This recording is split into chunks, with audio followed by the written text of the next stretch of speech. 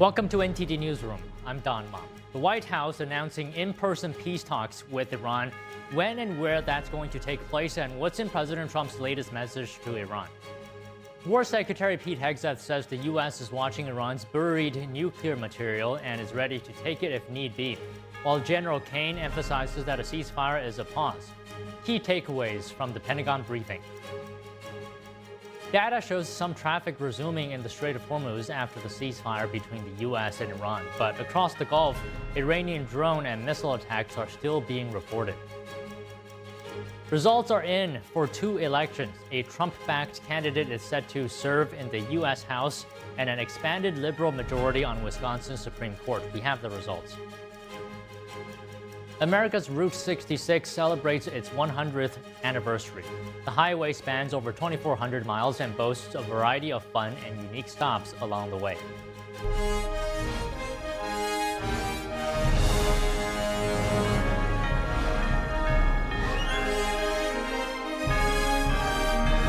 This is NTD Newsroom, live from our global headquarters in New York City. Good afternoon, and thank you for joining us today.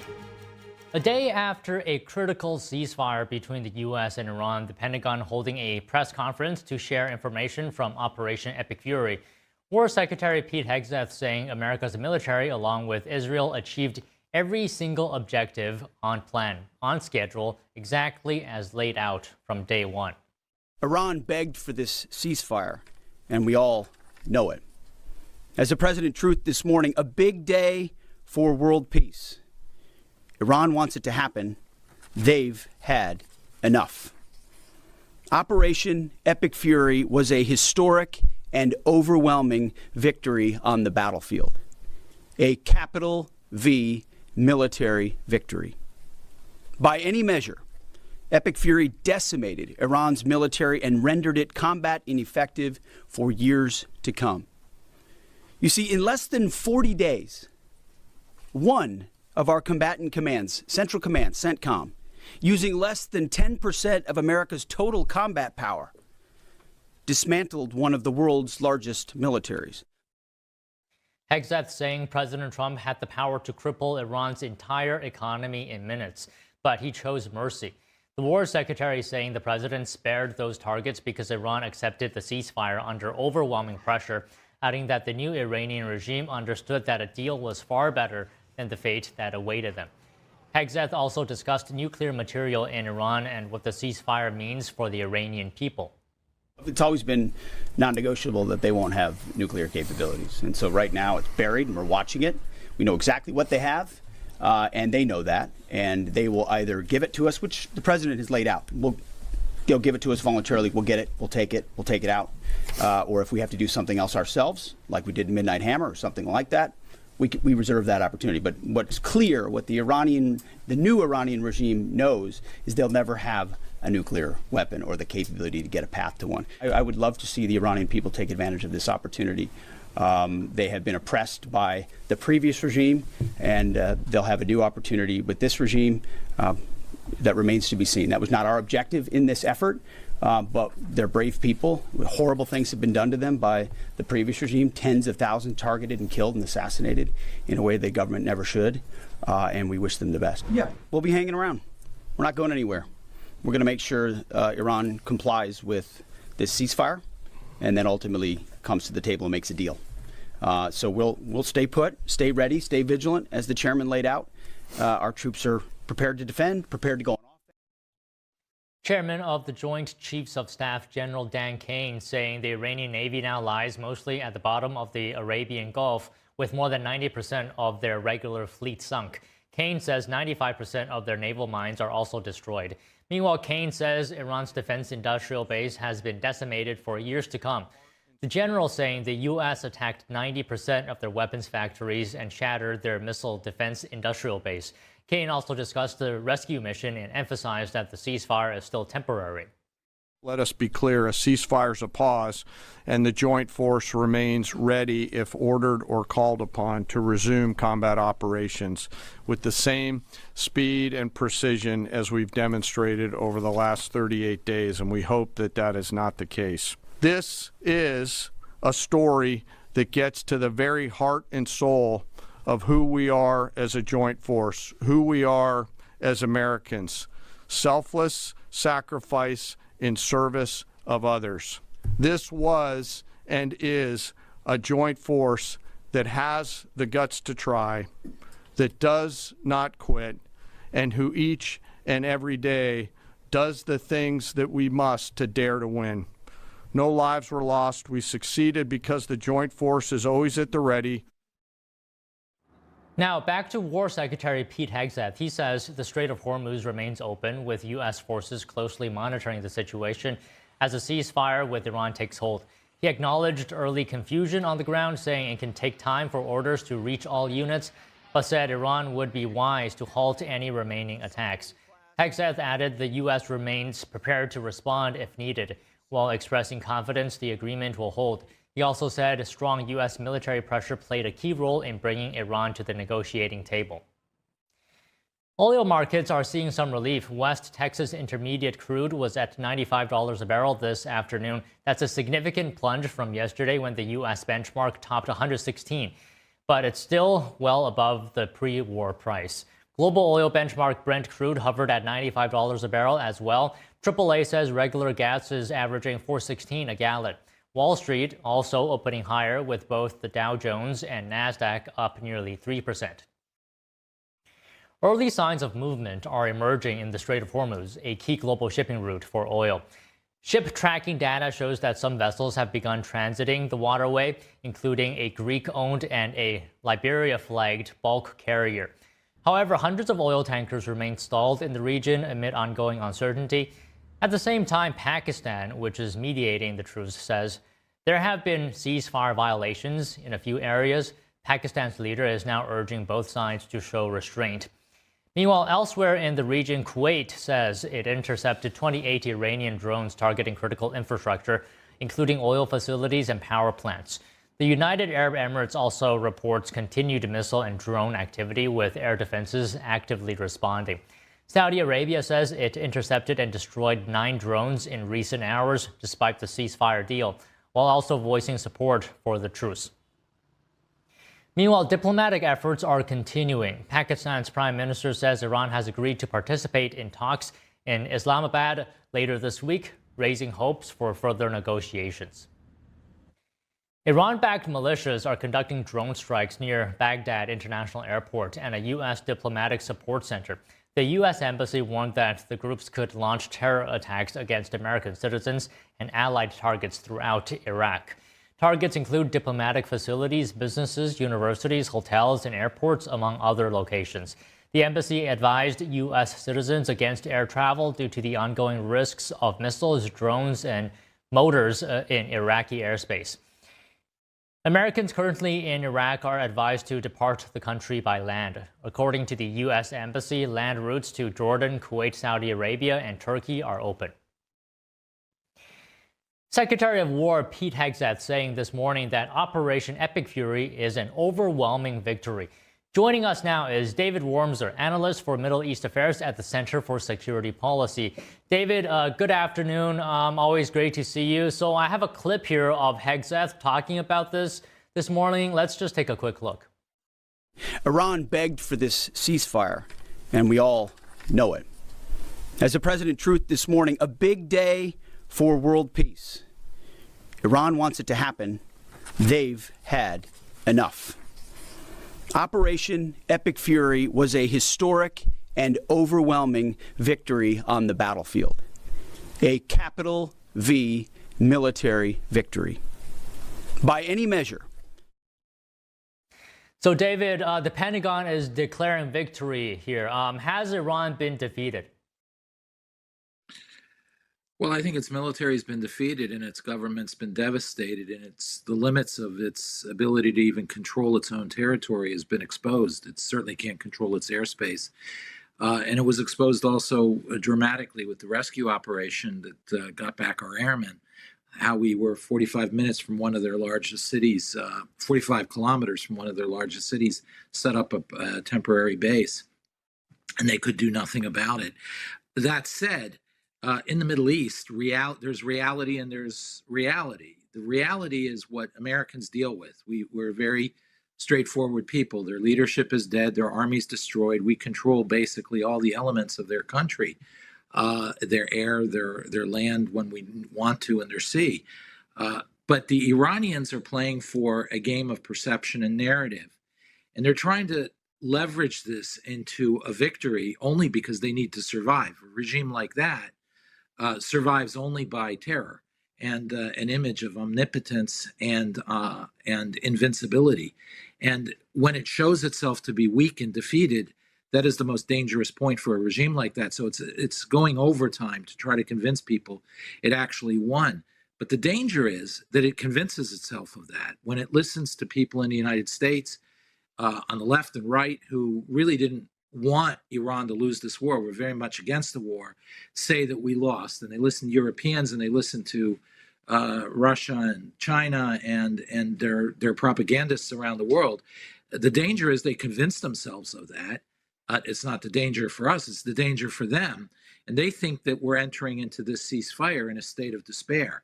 And as a result, they believe that they have the upper hand over us, which will then lead to the unraveling of the ceasefire as we go forward.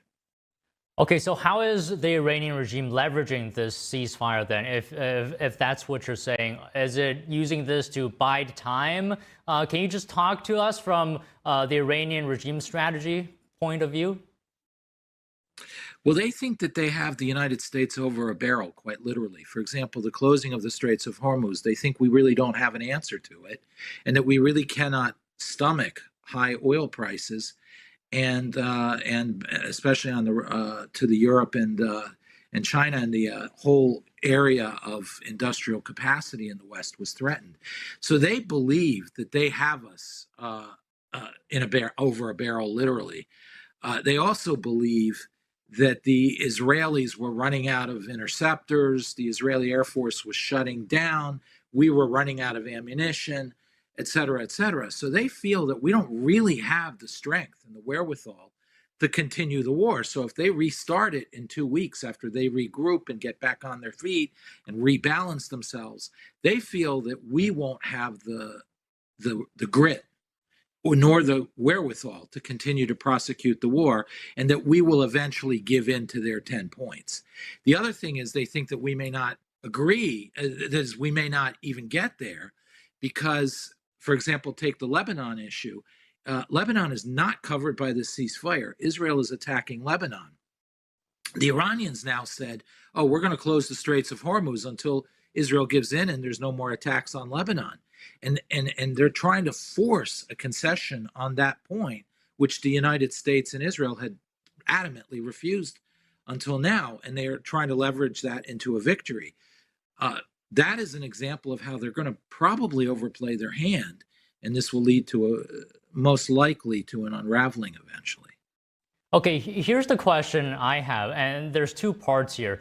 If you say the Iranian regime's military, its defense industrial base is destroyed essentially 80 to 90%, how can it think that it has the upper hand? And number two, President Trump, I mean, it seems like, and the Pentagon said this, it was ready, locked and loaded to carry out attacks on power plants, critical infrastructure. How can the Iranian regime think that it has the upper hand?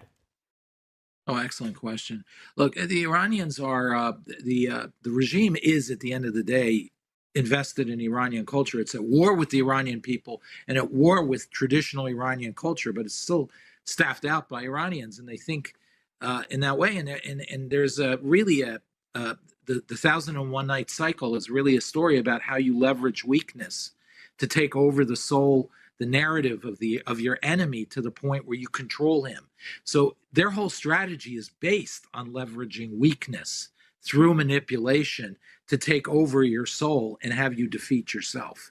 And that's how they think they can do this. It's not about power. It's about manipulating the mind of your enemy. And they think they've got the upper hand in that. And it's the same mistake Sinwar made, Hamas, in October 2023. If you remember, after 3-4 weeks of war, the Israelis had Hamas in a terrible position. They were retreating. They did not understand Israel would go in on the ground. They didn't understand how Israel was prepared for that ground invasion, and they were reeling. Communications were cut. They were about to collapse, and they were on their hind legs, to say the least. And so they went for a ceasefire so they could regain their footing and reestablish communications with their own units. But deep down, they felt that the fissures and the political tensions inside Israel will make it such that the Israelis cannot win this war. And once they regain it and get to the point where they can have a long-term war of attrition, the Israeli internal fissures will erupt and Israel will begin to collapse. So it was actually Hamas that restarted the war 10 days later, not Israel, even though we see the end result of it. I would see a very strong parallel here with the Iranian regime. I think they feel that a war of attrition will lead to a victory. So if they can just hold on, and they feel that between the Straits of Hormuz, their ability of the government to survive, and we will see in the next 2 weeks a tremendous slaughter of Iranians, which then does help their government survive, as well as the importing of Iraqi militias, Afghani militias, and supply from Tajikistan. So yes, they do get some gain here to regain their footing and reestablish their control over their population, which is the only thing they're afraid of at this point. Okay, so put things into perspective for us then. If the Iranian regime thinks this is a war of attrition and it's simply waiting out this war, put things into perspective for us. How does the Iranian regime, currently compare to how it was, its abilities to do whatever you said earlier? How does it compare now to before the war? Well, there's one other thing, which is exactly that point, which is, I'm glad you brought it up, which is the internal structure of the Iranian regime. It's in terrible shape. Its military is destroyed. They don't even know exactly the full extent of destruction that they faced. They will find out in the next few days as they take stock. But for the moment, they were so devastated, they didn't even have proper communication. So they don't even know. But the real story is so much of their leadership is dead. And I think it's so symbolic that their leader, Mojtaba Khamenei, the son of Ali Khamenei, showed up as a cardboard figure, because what he really is like one of those cardboard tent cards that we put on chairs and conferences to say this place is reserved. Nobody is really in charge, clearly, in Iran right now. And what you've got is a bunch of mafia dons who are the power structures circling around that empty chair, wondering how they make their move. And they're trying to take stock. How many of my people have been killed? How strong am I? Etc. And they're looking at the other guy across the table and wondering how many of his guys have been killed, and so forth. So what you're seeing is this dance of scorpions around an empty chair. And that is ripe for violence, and it's ripe for destabilization. So the ceasefire will expose not only how much has been destroyed in Iran, but it will also trigger, in my view, tremendous tension at the top of the Iranian regime. The Iranian people will sense that, and that could lead to something happening, which is why the regime is trying desperately now to bring in Iraqis and Afghanis. Okay, I'm glad you brought this up, because Pete Hegseth today, the war secretary, also said the Iranian people, this is an opportunity for the Iranian people. What do you think that opportunity is that Hegseth says has been presented to the Iranian people to take advantage of? Either the threat of an uprising or an actual uprising to take back their country. The problem with it is, though, that with the ceasefire, some of the things that, say, the Israelis were going to do, hovering over Tehran and taking out IRGC formations as they try to mow down demonstrators, that's going to be very difficult under a ceasefire. So I'm worried about that. And the second thing is you bring in a lot of foreign fighters. As many fighters has been killed in Iran, the IRGC in Iran, they can bring in a lot from the outside, and that's going to be a problem.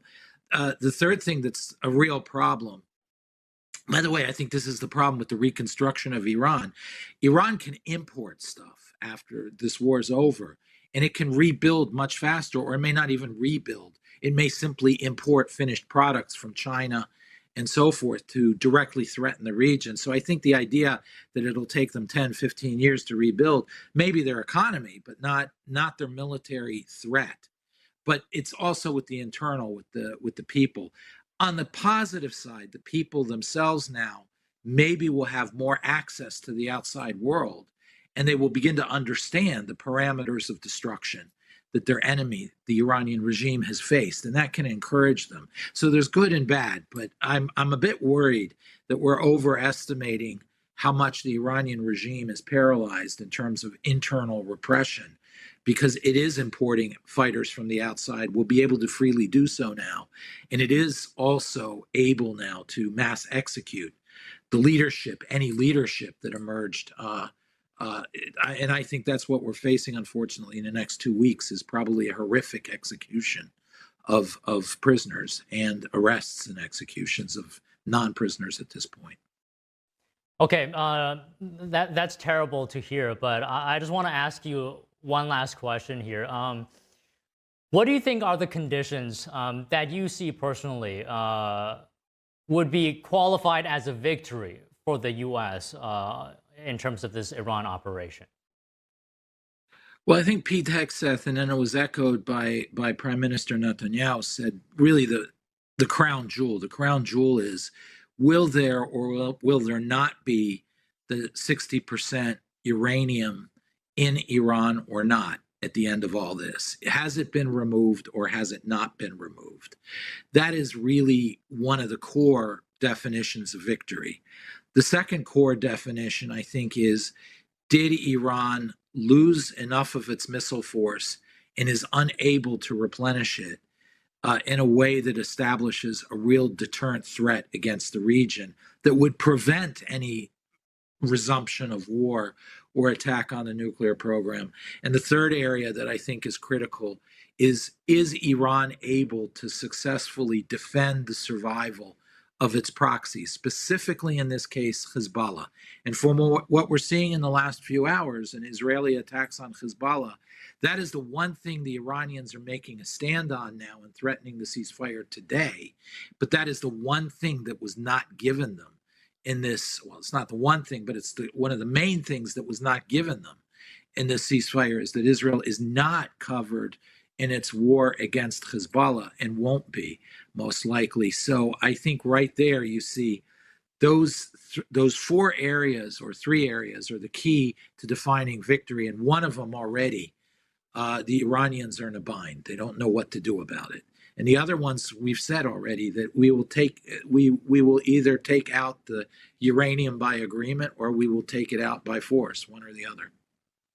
Okay, very good analysis, David. And don't just take it from me. I was looking at the comments in our previous interview that we did about a week ago, and the comments, the viewers are saying this as well. They think you give such great analysis. And that video a week ago from today got almost 250,000 views as well. So really appreciate it, David. Thanks, but it's an honor being on your program. It's an honor being on your channel. It's one of the best out there. Thank you so much. Appreciate it. The White House announcing that in-person peace talks with Iran will happen this weekend in Islamabad. Vice President J.D. Vance, Special Envoy Steve Witkoff, and Jared Kushner will lead the negotiation team. The administration is also disputing media reports about terms of the temporary ceasefire that are now under review. Oh, he doesn't have a plan. I have the best plan of all, but I'm not going to tell you what my plan is yet. The press secretary says media has been falsely reporting that the U.S. accepted Iran's 10-point plan. Instead, Levitt says the plan was, quote, thrown in the garbage by President Trump. And the president is now reviewing a more reasonable plan that Iran later put forward. The president's maximum pressure and the leverage created by the success of Operation Epic Fury led to the Iranian regime asking for and ultimately agreeing to a ceasefire proposal with the United States. Iran could no longer tolerate being bombed or taking the gamble of what was to come following President Trump's 8 p.m. deadline last night. Iran has agreed to open the Strait of Hormuz, and as the president said, we have received a proposal from the Iranians that has been determined to be a workable basis on which to negotiate. President Trump posting this morning on Truth Social that there will be no enrichment of uranium and the United States will working with Iran dig up and remove all of the deeply buried nuclear dust. The president also announcing that any country supplying military weapons to Iran will immediately face a 50% tariff from the U.S. Both China and Russia have helped Iran build its military capability. Meanwhile, the U.S. of the pauses of strikes on Iran for 2 weeks is contingent on Iran reopening the Strait of Hormuz. The president today floating the idea of a U.S.-Iranian joint toll system for the key waterway. The White House disputing reporting that Iran has closed the strait in response to Israeli attacks on Lebanon amid the ceasefire. Instead, it says they expect the strait to be opened immediately. Iran says publicly or feeds to all of you in the press is much different than what they communicate to the United States, the president and his team privately. Never underestimate President Trump's ability to successfully advance America's interests and broker peace. President Trump has a proven track record of achieving good deals on behalf of the United States and the American people, and he will only accept one that puts America first. Later today, President Trump is meeting with the NATO Secretary General. He's just issued a statement, though, criticizing NATO allies for, quote, turning their backs on the American people during the Iran war, adding that they were tested and they failed. Results are in for 2 elections. A candidate backed by President Trump is said to serve in the U.S. House and an expanded liberal majority on Wisconsin's Supreme Court. More after this break in just a moment. Stay with us.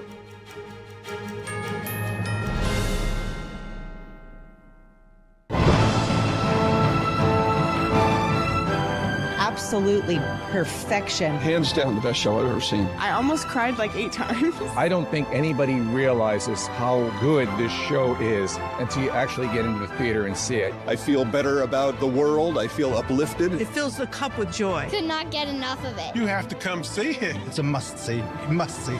Returns to David Koch Theater, March 25th through April 12th. Get your tickets at shenyun.com. Hi, I'm Jane Seymour. And I spent years on TV playing a doctor. But I learned about the heartbreaking reality of heart disease and stroke when they touched my own life. My father nearly died before having a quadruple bypass and valve replacement that saved him. And my mom, who was my inspiration, suffered a stroke that took away her speech, her ability to move, and ultimately her life. To see someone so vibrant, so positive, who'd survived so much in life, be debilitated by a stroke, it was devastating, and also a wake-up call. And that's why I'm so passionate about supporting the American Heart Association. They're doing more every day to stop needless deaths. But they simply can't do their life-saving work without you. So please call now or go to helpheart.org. And for only $19 a month, just 63 cents a day, your donation will go to work to do amazing things, like fund the next medical breakthrough, get the next person trained in CPR, and the next hospital certified in high-quality cardiovascular care. I hope that you'll open your heart right now and join me. Please call now or go to helpheart.org, give $19 a month, and we'll send you this special t-shirt that you can proudly wear to show that you're part of a community of monthly donors who are helping save lives. A healthy heart is the spirit of life.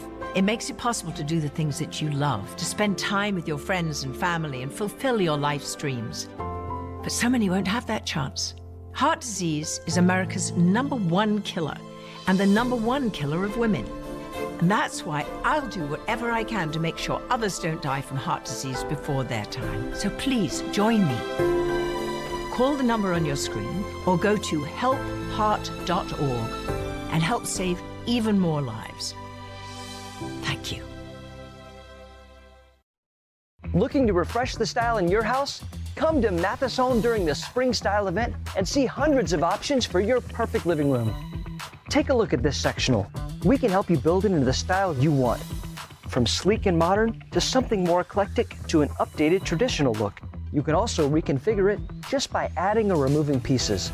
The sofa version is a great value at just $12.89. Come find the look that's right for you at your furniture superstore, Mathis Home.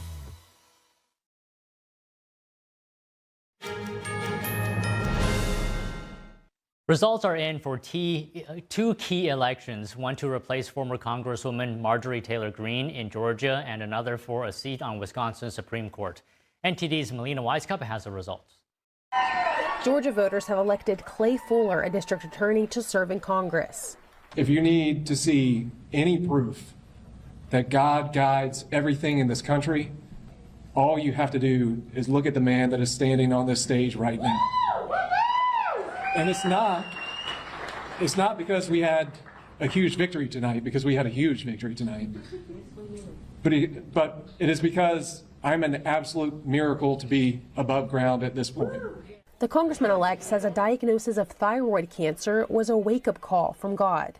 President Trump endorsed Clay Fuller, who won nearly 56% of the vote, though his opponent said the race showed progress for Democrats in the Ruby Red district. The Republican Party had to spend almost $2 million in a smear campaign to get this win.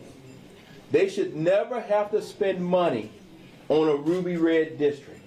That tells you that things are changing here in Northwest Georgia.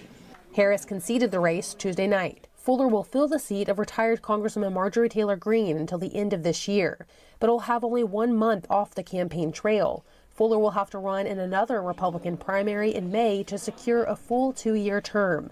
Nevertheless, the win will help cushion the bare-bones Republican majority in the House. House Speaker Mike Johnson quick to congratulate Fuller to continue delivering results and saving America. Now, the Democrat Party poured millions of dollars into this campaign, poured lies into this campaign, but they can't beat Donald Trump, and they never will. And I will be on Capitol Hill as a warrior to have his back each and every day. In a separate election in Wisconsin, Supreme Court candidate Chris Taylor defeated conservative-backed Maria Lazar. Lazar called Taylor to concede the race. Know that your votes were not cast in vain, and that you did set a mark and draw a line and say, Wisconsin deserves better. And I'm hopeful in future years that will happen. Taylor's win will expand and secure the court's liberal majority until at least 2030.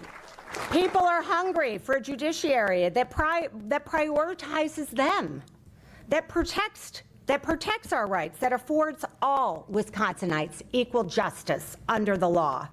Her campaign largely centered on abortion access. Taylor previously served as a policy director for Planned Parenthood of Wisconsin. Vice President J.D. Vance is weighing in on the U.S.-Iran ceasefire. He says if Iran is willing to negotiate with the U.S. in good faith, then an agreement to end the conflict is possible. Here's Vance speaking at a Hungarian university this morning. The President of the United States has told me, and he's told the entire negotiating team, the Secretary of State, the Special Envoy, Steve Witkoff, he said, go and work in good faith to come to an agreement. That is what he has told us to do. If the Iranians are willing in good faith to work with us, I think we can make an agreement. If they're going to lie, if they're going to cheat, if they're going to try to prevent even the fragile truce that we've set up from taking place, then they're not going to be happy. Because what the president has also shown is that we still have clear military, diplomatic, and maybe most importantly, we have extraordinary economic leverage. So the president has told us not to use those tools. He's told us to come to the negotiating table. But if the Iranians don't do the exact same thing, they're going to find out that the president of the United States is not one to mess around. He's impatient. He's impatient to make progress. He has told us to negotiate in good faith. And I think if they negotiate in good faith, we will be able to find a deal. But that's a big if. And ultimately, it's up to the Iranians how they negotiate. I hope they make the right decision. The vice president is finishing his 2-day visit to Budapest. That's in a show of support for Hungarian Prime Minister Viktor Orban ahead of Sunday's election.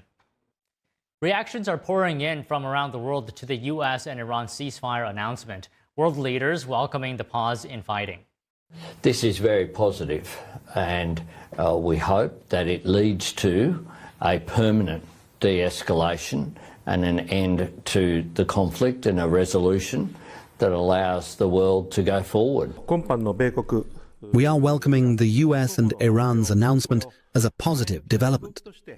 It is indeed through negotiation that we can provide the security guarantees necessary for stability throughout the region. Therefore, the announcement of this ceasefire is very good news. The ceasefire is being watched closely in the Gulf, with Oman's foreign ministry saying it welcomes the announcement. British Prime Minister Keir Starmer saying we must do all we can to sustain the ceasefire and turn it into a lasting agreement and reopen the Strait of Hormuz. French President Emmanuel Macron is calling for Lebanon's inclusion in all discussions about the ceasefire. The U.S. declaring victory as a 2-week truce has been reached in the Iran war. Joining us now is Cheyenne Sami, national security and Middle East analyst. So good afternoon, Cheyenne. Can I just ask you, so the U.S. and Iran has agreed to a 2-week pause. What comes next? Hi, Don. Thanks for having me. Well, what comes next is ambiguity, because right now it is quite evident that the 10-point plan or proposal that the Islamic regime has sent out is not in sync with the U.S. 15-point plan. One of the major aspects is that the Iranian side is asking the U.S. to guarantee a non-aggression, Iran to maintain control over the Strait of Hormuz, Iran's right to enrich uranium, and in the Farsi text that they published is they are advocating for acceptance of Iran's right to enrich. And then lifting of all primary and secondary sanctions, termination of all UN Security Council resolutions against Iran, cancellation of IAEA resolutions, compensation for war damage, withdrawal of U.S. military, end to attacks on Iran's allies, especially in Lebanon, and a UN Security Council resolution making any deal binding. None of that is acceptable to the U.S. government or the Israeli government, for that matter. Now, the world leaders that you were showing a while back and that they were celebrating this so-called ceasefire, well, of course, they're only concerned about the Strait of Hormuz and their ability to have oil and their goods going and coming. They're not worried about the people of Iran, and they're not concerned about the aftermath of this regime staying in power and then being able to kill at will, as they have done. They have, even in the lead up to the ceasefire, they executed 18-year-old, 19-year-olds, and there's a 20-year-old female that they're going to execute. So the biggest benefactor of this ceasefire has been the government of China, that will receive their cheap oil from the Islamic Republic, and the Europeans, who decided to stay this one out. Okay, so you're saying that this ceasefire likely won't lead to any durable peace, and that it's only a means for Iran to buy time. Is that what you're saying?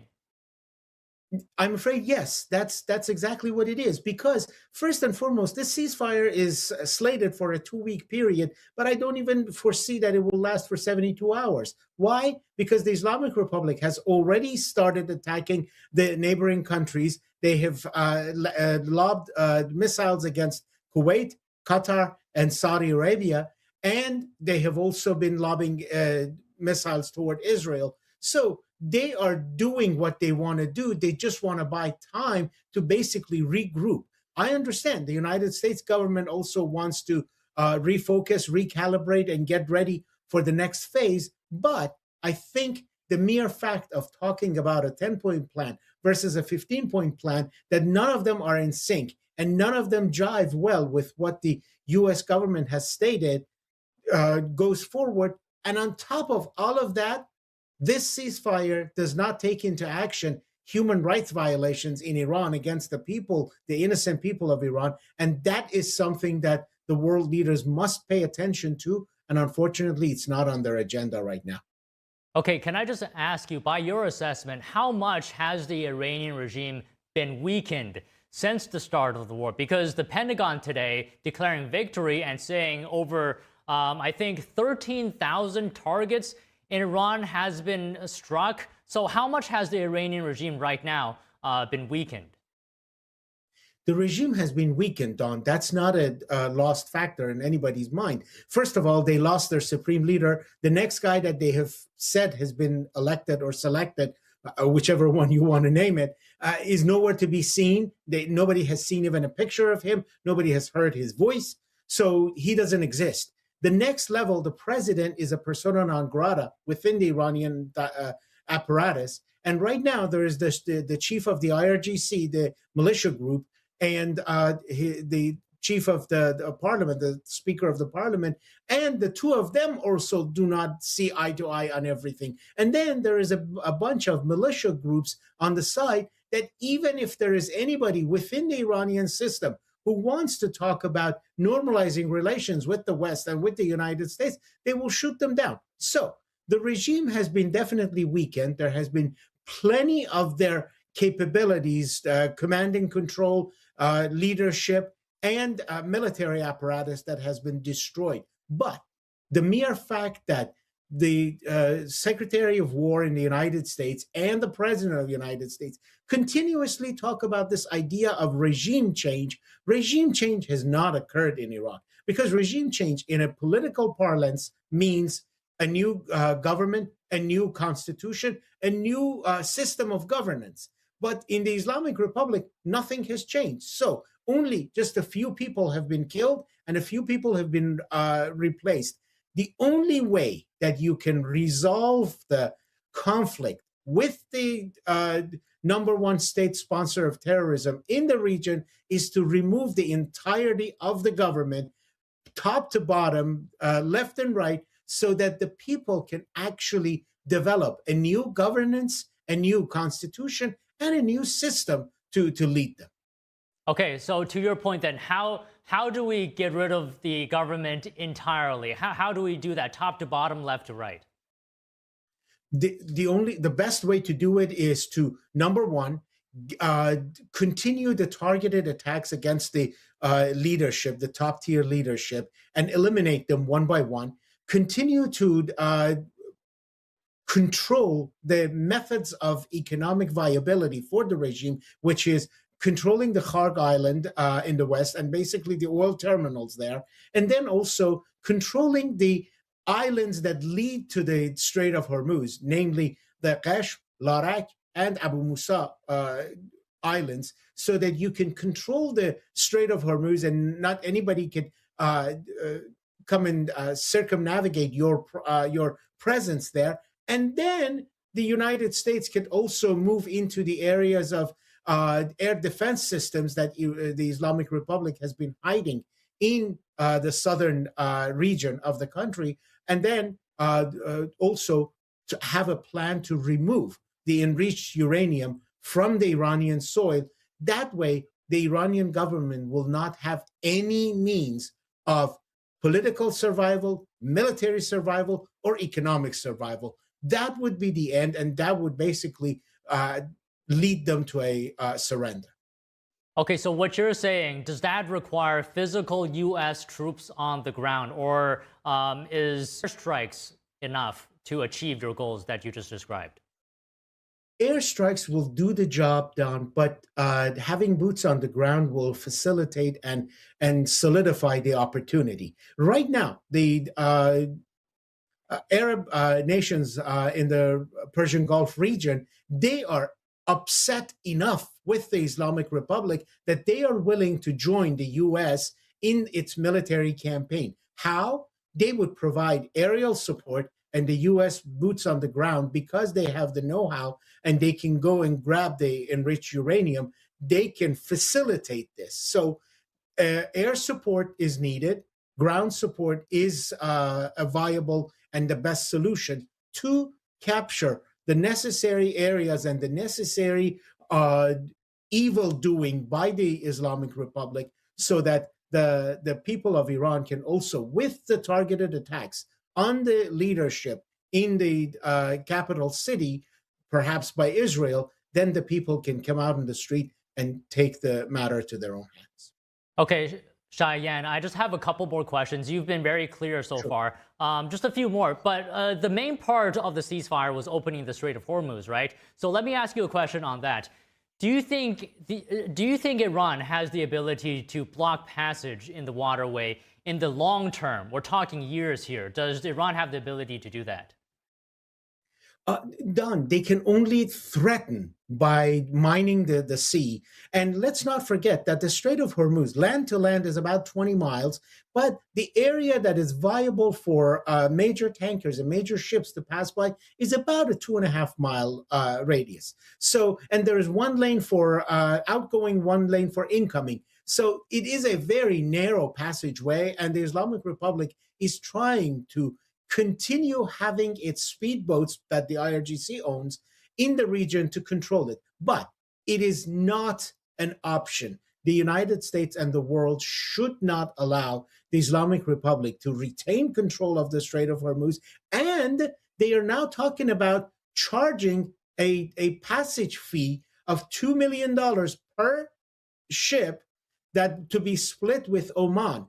Now, that $1 million, where is that going to go? In the coffers of the Islamic regime to create more bombs and lob against neighboring countries or Israel, or to actually buy more weaponry to kill their own citizens? So that is one of the areas that needs to be carefully investigated. And the world, this one time, needs to come together and wrest control of the Strait of Hormuz from the Iranian government and basically landed in some international organization's hand, so nobody can block the passageway going into the future.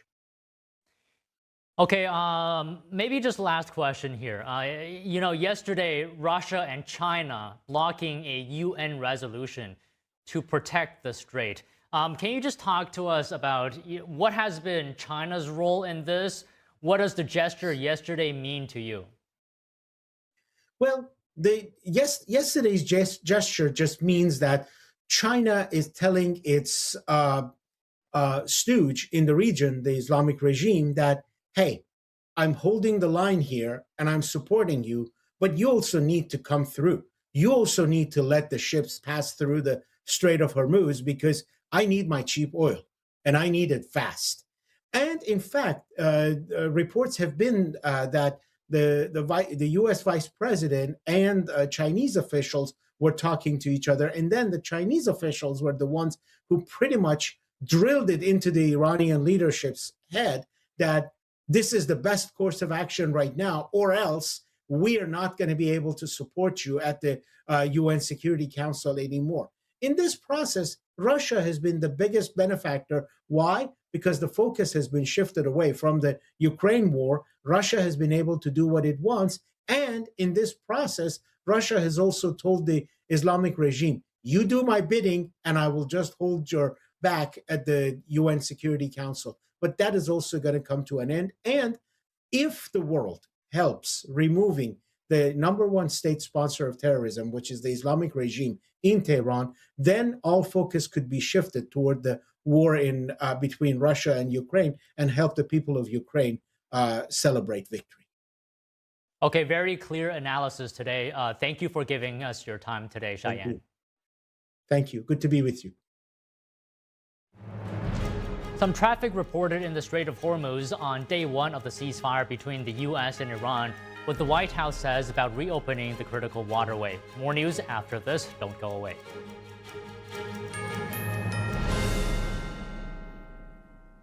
The bladder control aisle. You won't shop here again.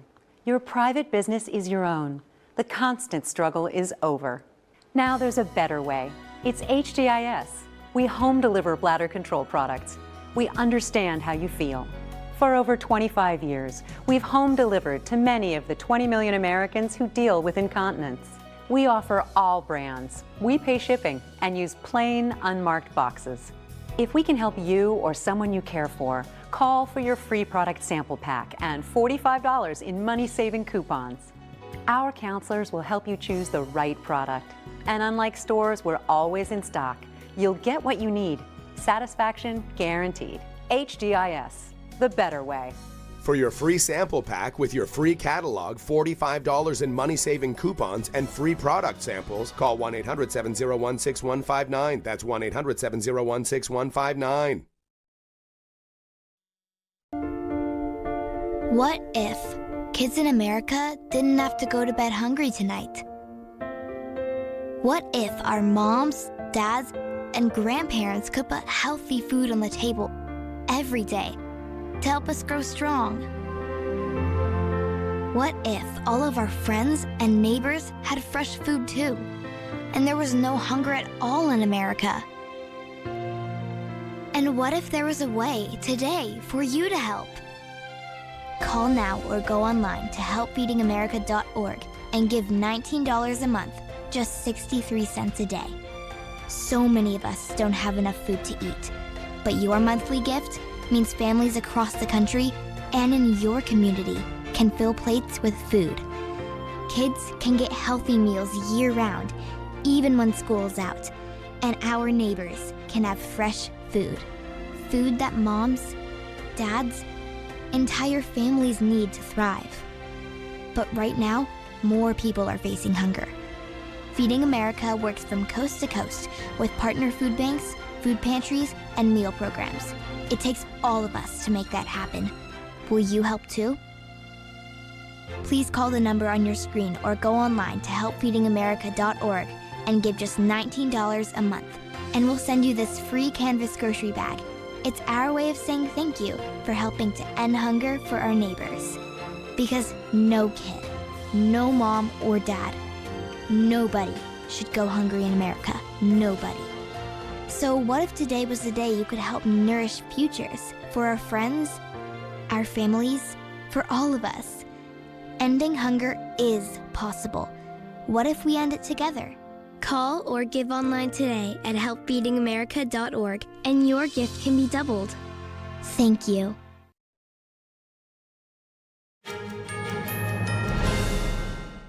The White House responding to an Iranian media report that Iran is halting traffic in the Strait of Hormuz over Israeli strikes in Lebanon. With respect to the first reporting out of Iranian state media, the president was made aware of those reports before I came to the podium. That is completely unacceptable. And again, this is a case of what they're saying publicly is different privately. We have seen an uptick of traffic in the Strait today, and I will reiterate the president's expectation and demand that the Strait of Hormuz is reopened immediately, quickly, and safely. That is his expectation. It has been relayed to him privately that is what's taking place, and these reports publicly are false. President Trump has stated that the two-week ceasefire is subject to the free, safe, and immediate reopening of the Strait of Hormuz without any limitation, including tolls. Meanwhile, the president today floating the idea of a U.S.-Iranian joint toll system for the key waterway. The state of Idaho is partnering up with Turning Point USA, or TPUSA. Idaho Governor Brad Little says as the 250th anniversary of the country approaches, it's a time to reflect on what made this country great. I often quote one of the authors of the Declaration of Independence, Benjamin Franklin, and his famous statement, what he said outside of when they wrote the Constitution about Dr. Franklin, what did you give us? And he says, a republic if you can keep it. Turning Point, your presence here is part of that process of keeping the republic. It is the most duplicated system in the world, one of the most challenging systems in the world, and so it's incredibly important that everyone, but particularly our youth, understand it, how it works. The partnership will open Club America chapters in every high school in Idaho. Club America is an initiative by TPUSA that serves to restore civics and patriotism in high schools. These high school chapters will educate students on core American values such as freedom and constitutional rights. TPUSA says it's Charlie Kirk's goal to have a Club America chapter in every high school in America. They say the partnership with Idaho today not only carries out his legacy, but also preserves the legacy of America. NASA's Artemis II crew is wowing the nation as it continues its lunar flyby mission. However, a fifth crew member is playing their own critical role aboard the Orion spacecraft. A plush toy named Rise is the official mascot of the Artemis II mission. The name comes from the iconic Earthrise photo taken during the Apollo 8 mission in 1968. California second grader Lucas E. designed the toy used as a zero-gravity indicator, which has been accompanying the Artemis II crew on its journey around the moon. NASA picked Ye's design from more than 2,600 submissions. After winning the contest, the 8-year-old had the opportunity to watch the Artemis II launch from the Kennedy Space Center. The crew, including Rise, is set to splash down on the Pacific Ocean on Friday. America's Route 66 is celebrating its 100th anniversary this year. The highway spans more than 2,400 miles and boasts a variety of fun and unique stops along the way. NTD's Andrew Thomas has some of the highlights. America's famous Route 66. As the highway celebrates 100 years, travelers are hitting the road to mark the occasion. Visitors stopping in Oatman, Arizona can get a chance to enjoy the town's famous wild donkeys. They tear things up, they torment, they do a lot of damage to things, but at the same time, they are awesome. We love our burros. We look out for them. Route 66 passes through Springfield, Illinois, home of the famous Cozy Dog. Here, diners can get a taste of the establishment's corn dogs, a recipe that dates back to 1946. Third-generation owner Josh Waldmeyer shows how it's done. Now we can dip them down, swirl them around, and get a nice even coating on the hot dog. Get a little shake, and take them out. Take care of our tails, and then put it down in the oil. Travelers looking to catch a movie can stop at Teepee Drive-In Theater in Sapulpa, Oklahoma. Owner Scott says the Route 66 drive-in offers a little slice of Americana. You know, there's not a lot of these in the United States, so we want to make it family-friendly, fun, exciting. The highway stretches from Chicago all the way to Santa Monica, California, and there's plenty of ways for road trippers to get their kicks on Route 66. Andrew Thomas, NTD News. A piece of the Eiffel Tower could be yours. Part of its original staircase is going up for auction next month. It's the section that's connected the second and third floors when the tower opened in 1889. The piece measures about 9 feet high and 6 in diameter. Art Curial's Art Deco department in Paris is auctioning it off. Its website estimates the staircase section will fetch up to $175,000. The Eiffel Tower underwent an overhaul in 1983 that involved the removal of some stairs. A ceasefire between the U.S. and Iran reached at the 11th hour. We'll speak with Jacob Olidord on what this deal means for U.S. strategy and whether Iran can be trusted moving forward. Then a former U.S. Army Black Hawk pilot breaks down what this pause means for troops' military readiness and what comes next on the ground. So stay with us.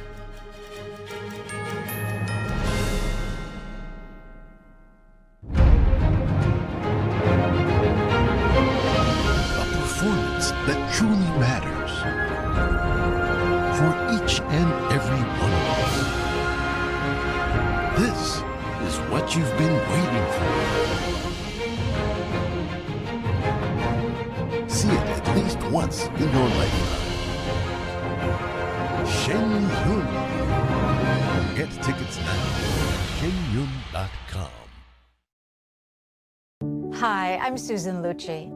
You may know me from my many years on television. I never thought about heart disease until I had my own heart event. I felt this slight pressure in my chest, just slight. I thought, oh, it's nothing, it'll go away. I didn't get it. I did not get it. And a few days later, while shopping at a boutique, that pressure returned, much stronger. It felt like an elephant pressing on my chest. I had a 90% blockage in my main artery and a 75% blockage in the adjacent artery.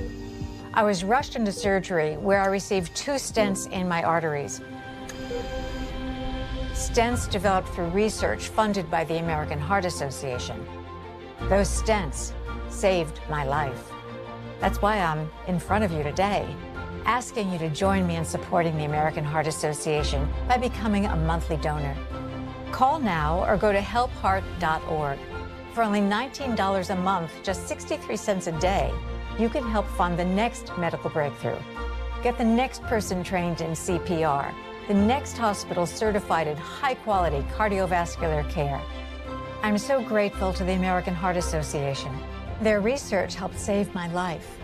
I can enjoy life with my children, my grandchildren, and my friends. Heart disease is America's #1 killer. And your support now can help save your life or the life of someone you love. Give $19 a month with your credit card and we'll send you this special t-shirt that you can wear to show that you are helping save lives. Please, listen to your heart. The only reason I'm here today is because I did. Please call the number on your screen or go to helpheart.org. Become a monthly donor during February Heart Month, and your first month's gift will be matched. Thank you. Have you heard what's happening at Mathis Home? Our spring style event is going on now, with hundreds of options for your new dining room.